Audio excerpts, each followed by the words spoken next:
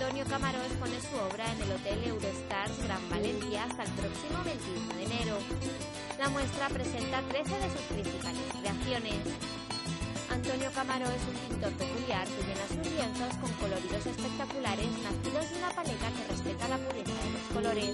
Por ello podría decirse que es el pintor de los colores puros. Mi pintura es una pintura de doble mirada. ¿Qué quiere decir eso? Pues es una pintura que el espectador proyecta su mirada hacia mi pintura y mi pintura proyecta su mirada hacia el espectador.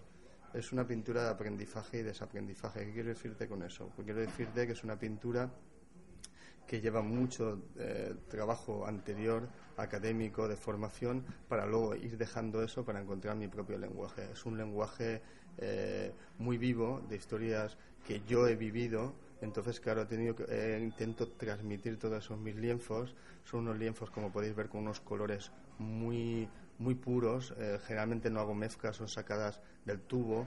Ya ha habido una tendencia anterior que era el fauvismo, pero yo intento llevar eso a mi terreno y a mi estilo. Por eso ha sido un trabajo de muchos años y de mucha elaboración. Cada cuadro, como he dicho, cada lienzo que transmito son historias de mi vida muy intensas que, como podéis ver, pues hay personajes muy curiosos que a lo largo de mi periplo he podido llevar de mi vida, ¿no?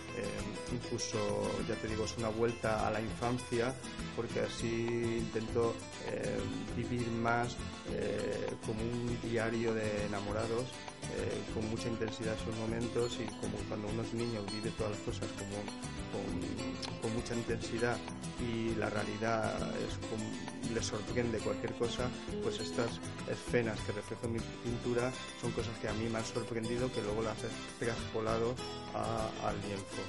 Como puedes ver, es lo que te digo, que son colores muy vivos, con mucha viveza, con mucha alegría, porque en realidad mi interior es muy vivo y muy alegre. Yo amo a la vida, amo al ser humano e intento reflejar eso. Y entonces, por eso decía, de una doble mirada, para que mi pintura refleje al espectador toda esa alegría interior, todo ese color, toda esa viveza que tengo yo dentro, para transmitir un espíritu de alegría y de crecimiento de uno mismo. Esta es su primera exposición al gran público, compuesta por 13 obras.